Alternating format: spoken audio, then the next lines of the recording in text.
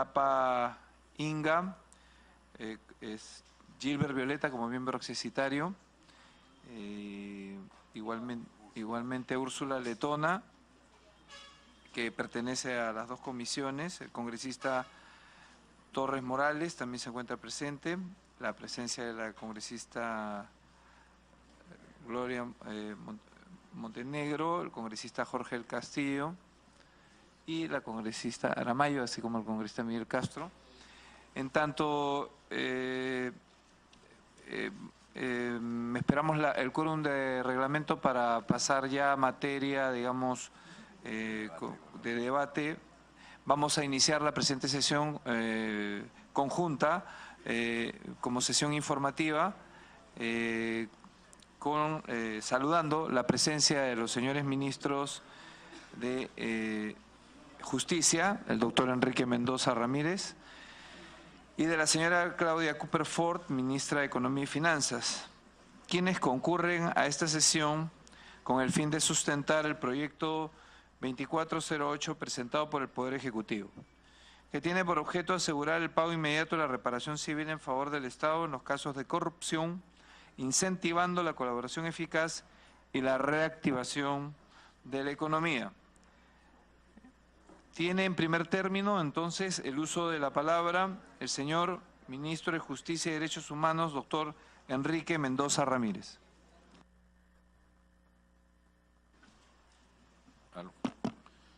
Gracias, presidente. Señores congresistas, el Ejecutivo, representado en este caso por los ministros de Economía y Finanzas y de Justicia, han presentado a este Congreso y a esta comisión un proyecto de prórroga del decreto de urgencia 003-2017. Este proyecto, como es de conocimiento público, fue emitido el año pasado, el 2017, y se vence el día 13 de febrero. Han habido varias idas y venidas y análisis del tema para buscar la mayor eficiencia de este régimen establecido en este 003, que, como es también conocido y comentado en los medios, era necesario mejorarlo, ajustarlo y darle la legitimidad necesaria a través de nuestro Congreso de la República. La prórroga que estamos solicitando,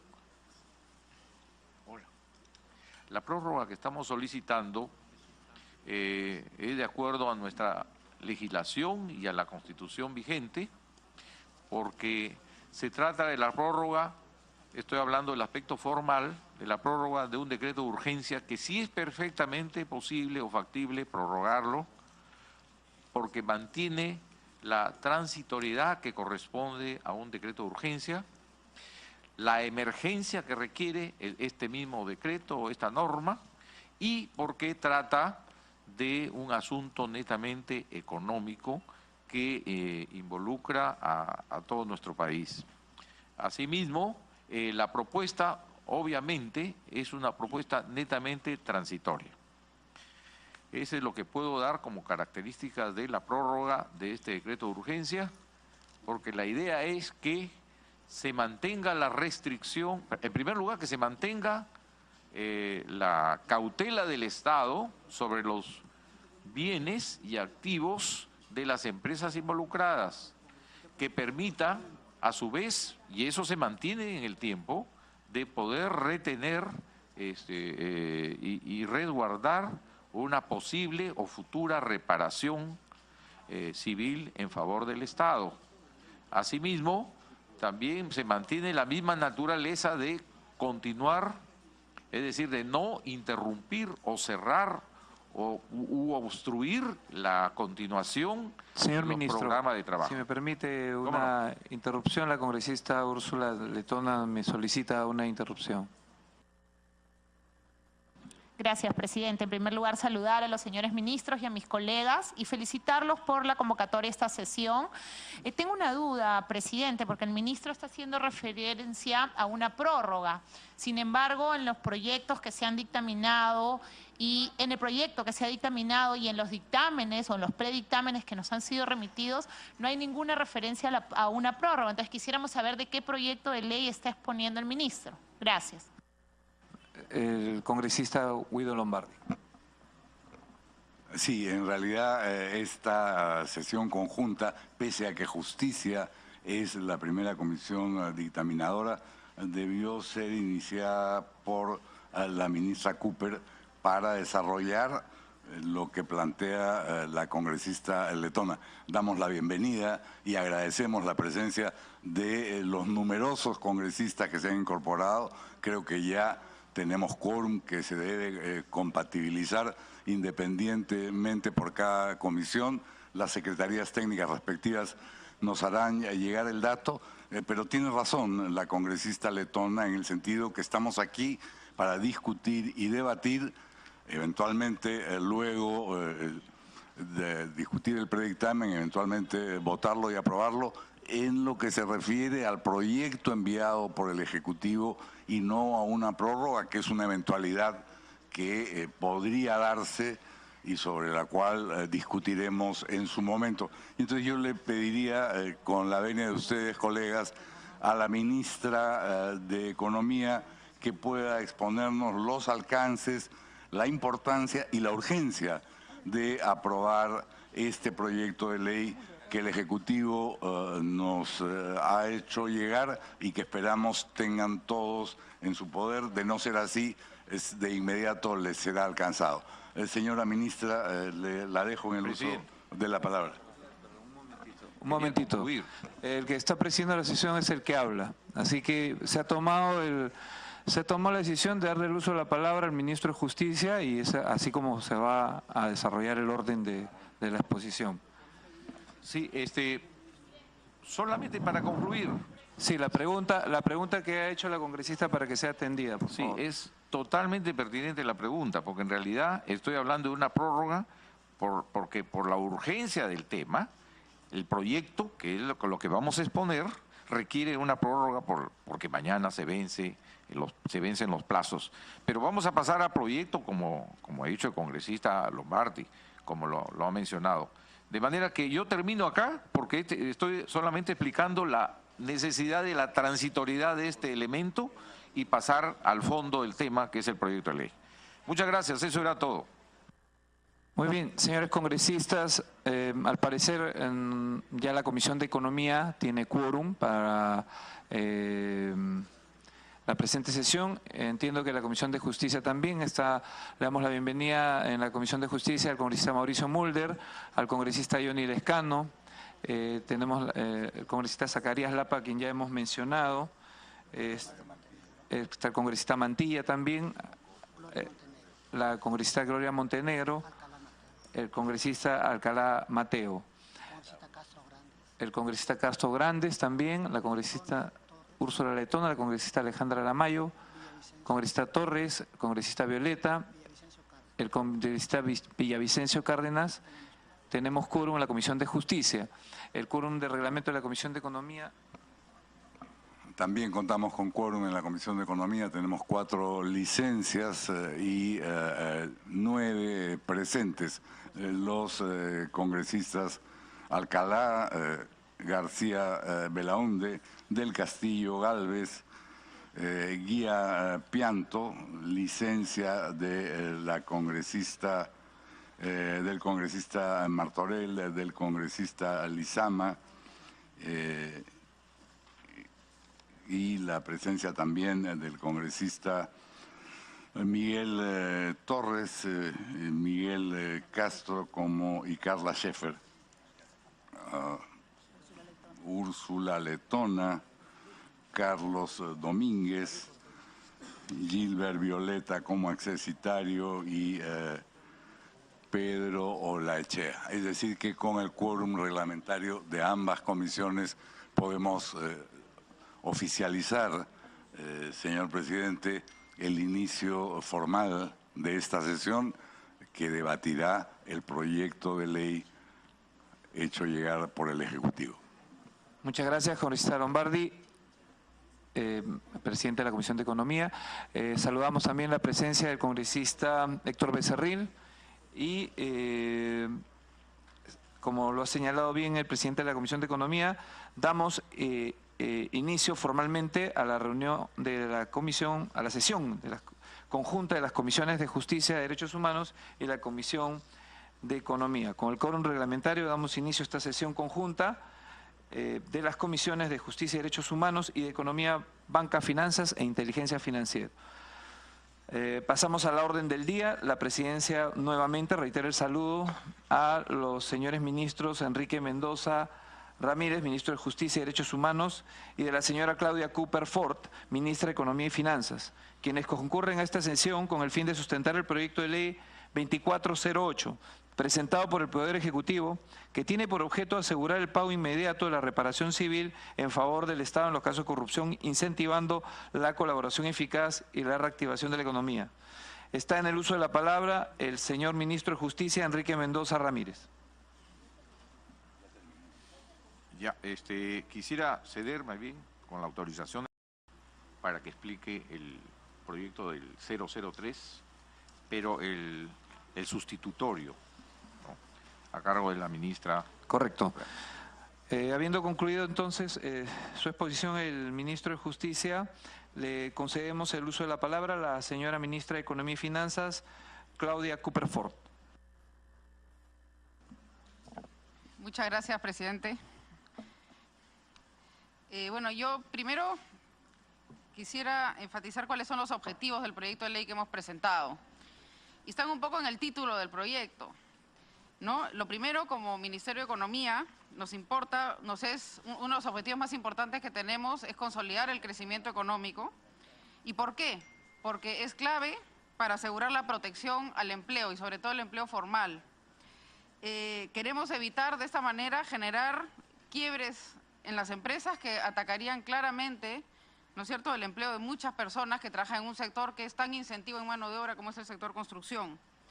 Esto no implica de ninguna manera, ¿no es cierto?, que se sigan en curso los procesos judiciales que tienen las empresas que han cometido delitos. De ninguna manera estamos protegiendo eso.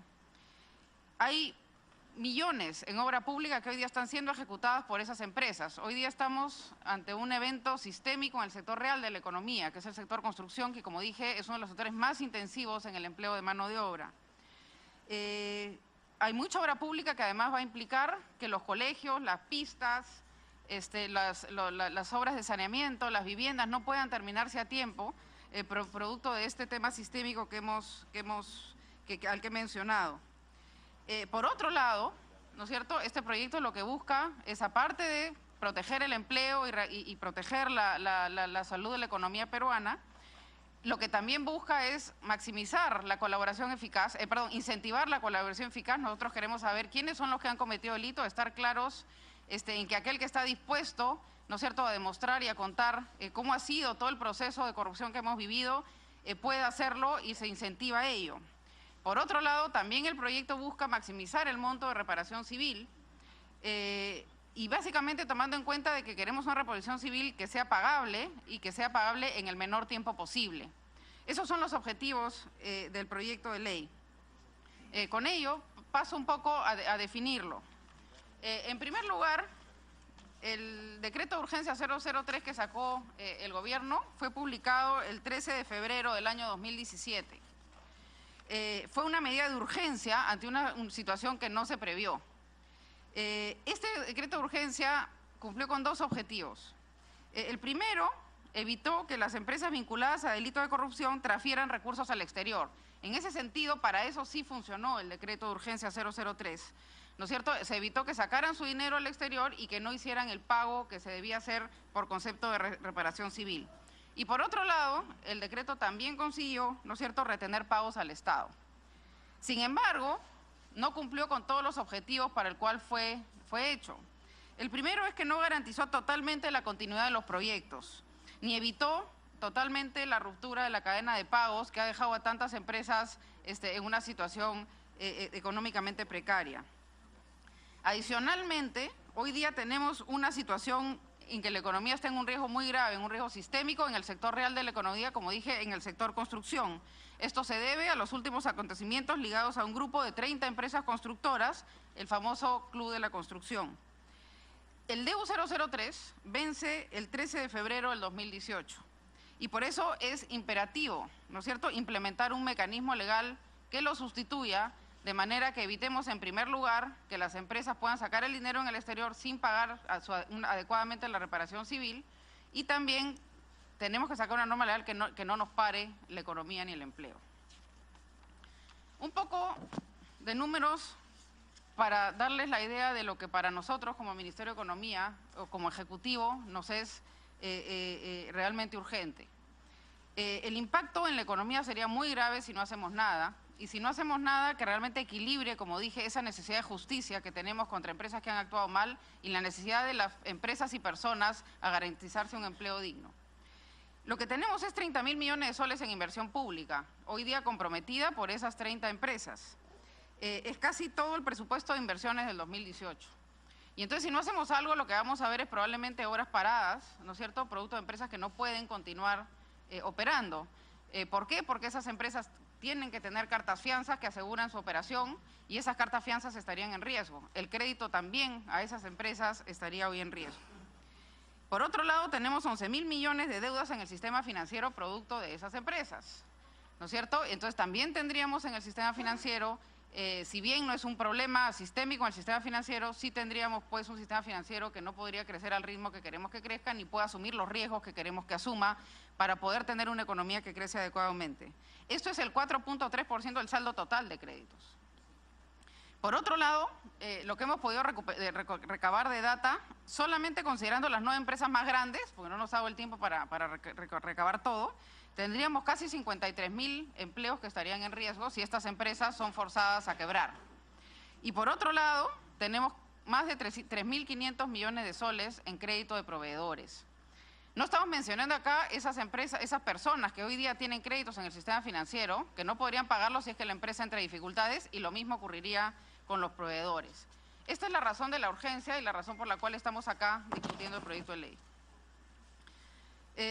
Como dije, quiero reiterar, y acá está por escrito, los principales objetivos del proyecto de ley que nosotros hemos presentado. Primero, tenemos que cautelar el pago inmediato de la reparación civil. Digo inmediato porque es mucho mejor un pago hoy que un pago de acá 5, 6 o 7 años, o un pago que nunca se va a realizar. Entonces, lo que queremos es cautelar ese pago y queremos que ese pago sea lo más inmediato posible. Estos pagos estarían a favor del Estado en los casos de corrupción. El otro objetivo del proyecto de ley, el segundo, es tenemos que garantizar la continuidad de los proyectos de inversión. Como dije, un proyecto que continúa está en capacidad de pagar a los proveedores y está en capacidad de pagar a los trabajadores. Un proyecto que es obligado a parar, ¿no es cierto?, básicamente es lo que empieza a generar roturas de la cadena de pagos. Si el proyecto continúa, no se da la ruptura de la cadena de pagos. Si el proyecto se para, sí es donde empieza a generarse la ruptura en la cadena de pagos. Por eso tenemos que garantizar, no solamente para que la ciudadanía tenga el proyecto lo antes posible y pueda tener su escuela, su pista, su hora de saneamiento, sino también tenemos que garantizarle a los proveedores una continuidad y a los trabajadores de esas empresas. Finalmente, el proyecto lo que busca es incentivar, ¿no es cierto?, la colaboración eficaz. Tenemos que hacer que la gente hable, que la gente nos cuente qué es lo que ha pasado para poder de esa manera sí castigar a las personas que han cometido actos ilícitos. El Ministerio Público puede celebrar acuerdos con las empresas para incentivar la delación, es algo que también está en el proyecto. Por eso, quiero repetir, esta propuesta no busca proteger ni beneficiar absolutamente a ninguna empresa.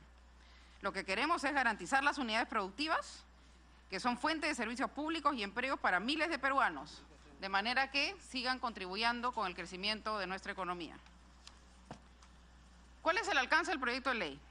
El proyecto de ley lo que quiere es dar predictibilidad a los proyectos. Tenemos que saber si esos proyectos se van a poder ejecutar, si no se van a poder ejecutar. La gente tiene que saber si va a seguir siendo empleada, los proveedores van a tener que saber si van a seguir siendo honradas las deudas que tienen con ellos. Por eso, tenemos que darle predictibilidad a los proyectos, tenemos que saber qué va a pasar con esos proyectos y tenemos que proteger el empleo formal. El proyecto de ley establece una medida cautelar ad hoc que sustituye medidas cautelares adicionales para 3 tipos de empresas. Primero, las condenadas o aquellas que han confesado culpabilidad. Segundo, a sus socias, asociadas o consorciadas con empresas condenadas o que hayan confesado. Y tercero, empresas que están bajo investigación que se pueden acoger voluntariamente a este sistema ad hoc, ¿no?, de medidas cautelares. Entonces, acá esto ya es un poco más técnico, pero igual voy a tratar de explicarlo de la manera más simple posible. Lo que tenemos es el primer tipo de empresas, que es el tipo 1, que son las empresas que ya están condenadas o que han confesado. En realidad, todo el proyecto de ley se basa en la creación de fideicomisos. ¿Esto qué cosa quiere decir? Los fideicomisos van a aislar bienes, o van a aislar flujos, o van a aislar dinero, que de alguna manera pueda estar guardados en el tiempo que sea necesario para asegurar el pago de la reparación civil. Recordemos que el pago de la reparación civil se decide al momento que el juez lo decide, y eso es mucho tiempo después del día de hoy. Y entonces lo que tenemos que asegurar es que las empresas no vendan sus bienes, no termine sin flujo, sino que los tenga guardados para el eventual caso que se tenga que pagar una reparación civil y que éste alcance para ello. Entonces tenemos en el primer caso ese fideicomiso, que es en el caso de las empresas que han confesado. Lo primero que tenemos, ¿no es cierto?, es una retención del 50% del precio de venta neto, que es lo que se aproxima más a la utilidad. Básicamente es el valor de la empresa menos las deudas que están asignadas al proyecto. Básicamente con eso estamos asegurando el pago a proveedores, trabajadores y otras deudas para ellos. Por otro lado, el fideicomiso también se carga, ¿no es cierto?, con los pagos que se hace por obra pública.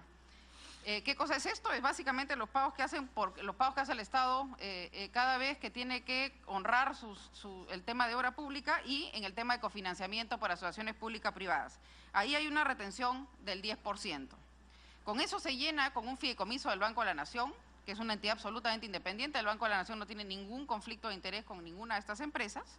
Y de esa manera lo que hacemos es poner en cautela los bienes, flujos, etcétera, para garantizar el pago de la futura reparación civil. El procurador es quien establece la reparación civil, pero el juez la determina.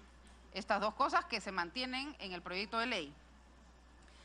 Otras medidas que tiene el proyecto de ley en el caso de las empresas que son condenadas o que han confesado.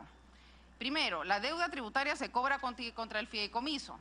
Acá lo que no queremos es que la SUNAT termine embargando proyectos que los haga básicamente inviables, y eso termina ocurriendo que el proveedor no cobra y el trabajador tampoco cobra. La idea es que la SUNAT se cobre, pero se cobre al final del proceso. Mientras tanto, guardamos el dinero para eso de manera predecible. Por otro lado, se asegura el pago de las obligaciones tributarias, como dijo, a través de una detracción, ¿no es cierto? La empresa que está continuando operando se va a retener un porcentaje que va a ser también para el pago de SUNAT. Otra vez, todo esto es predecible, no queremos medidas cautelares que generen quiebras en las empresas y que a quien sobre todo afecta es a los trabajadores y proveedores.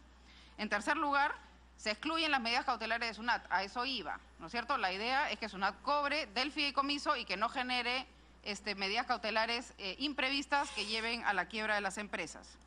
En cuarto lugar, se crea la figura de colaboración eficaz de la empresa, ¿no es cierto?, de la empresa en su conjunto, ya no de personas, para tener una idea más clara de quiénes son los que han cometido los ilícitos. Quinto, incluye la designación de un veedor. ¿Qué necesitamos acá? Necesitamos que alguien esté viendo lo que hace la empresa para tener absoluta claridad si es que la contabilidad de esa empresa realmente ejemplifica lo que está pasando en la empresa, y evitar que nos escondan temas que después puedan sacar al exterior. 6, se prohíbe contratar con el Estado a las empresas que están condenadas o que han confesado. Y 5, cualquier venta requiere aprobación del Estado. Es decir, no se puede vender libremente, para vender requiere una aprobación del Estado para ello. Las empresas tipo 2, esas son las socias, asociadas o consorciadas.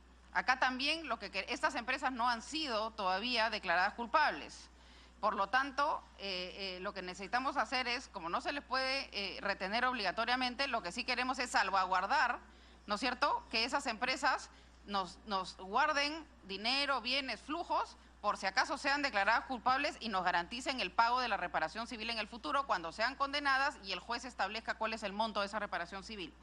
En el caso de APPs, básicamente vamos a tener un fideicomiso cuyo tamaño va a ser de 50% del patrimonio o de todo el flujo de dividendos el que sea mayor.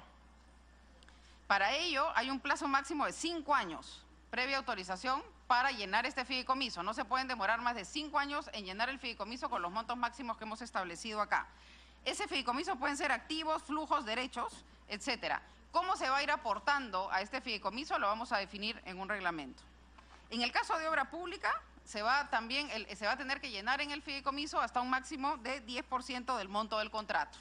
Es decir, por el caso de APPs va a ser los dividendos o el porcentaje del patrimonio. En el caso de obra pública, el 10% del costo del contrato se va a llenar en un fideicomiso que utilizaremos en caso sean declaradas culpables para el pago de la reparación civil.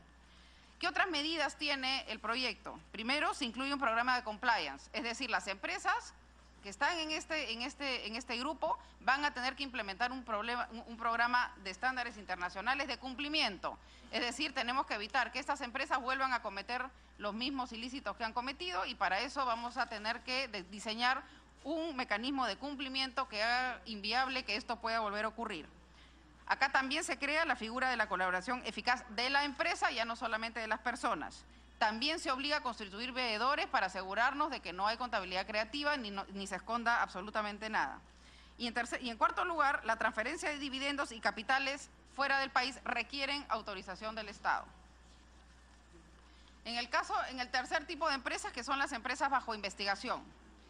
Igual, en el caso de APPs se van a retener todos los dividendos, y en el caso de obra pública se va a retener hasta el 10% del contrato. Acá también hay un plazo máximo de 5 años para llenar el fideicomiso, y puede ser llenado con activos, flujos o derechos, porque básicamente lo que queremos es que se llene y que la empresa lo llene como le sea más eficiente hacerlo. ¿Cómo se va a llenar y en qué periodicidad? También lo vamos a definir en el reglamento. Este fideicomiso otra vez se instituye en el Banco de la Nación. ¿Qué medidas adicionales hay para este caso? Otra vez un programa de cumplimiento riguroso con estándares internacionales para evitar que la empresa vuelva a incurrir en los delitos que habría cumplido en este caso. También se crea acá la figura de la colaboración eficaz de la empresa, y también hay la obligación de constituir veedores. Finalmente, lo que tenemos es un cuadro comparativo, y acá yo creo que no se ve mucho, voy a tratar de explicarlo, para los 3 grupos de empresa. Lo que nosotros vemos es que en el grupo 1, básicamente lo que tenemos es que las empresas en el grupo 1, que son básicamente las 50 empresas que constituyen el grupo Odebrecht, tenemos que estas empresas participan en el proceso de colaboración eficaz. Se requiere también una veeduría. No se obliga a revelar información sin juez, no, se prohíbe, se obliga a revelar información sin juez, se prohíbe contratar con el Estado y se prohíben las medidas cautelares adicionales. En el caso de las empresas del grupo 2, también se les permite participar en el proceso de colaboración eficaz. Se va a requerir de veeduría, es decir, un auditor que vea los estados financieros. Obliga a revelar la información al juez. Se le permite contratar con el Estado mientras cumpla con los requisitos, y lo que sí también se prohíbe son las medidas cautelares adicionales. En el caso del tercer grupo, que es básicamente un acogimiento opcional, en los dos casos primeros el acogimiento es obligatorio. En el primer caso es obligatoria la retención, en el segundo es obligatoria la constitución del fideicomiso. Lo que tenemos es que se permite la colaboración eficaz, se requiere de una veeduría, se obliga a revelar información, se permite contratar con el Estado, y también lo que se hace es no se permiten las medidas cautelares adicionales. Como dije, el tema de las medidas cautelares lo que busca es darle predictibilidad a la empresa y no generar su quiebre. La idea es que esas medidas cautelares se realicen al momento de la decisión de la reparación civil contra el fideicomiso. Eso es básicamente todo. Estoy atento a las preguntas e inquietudes. Muchas gracias, señora ministra de Economía.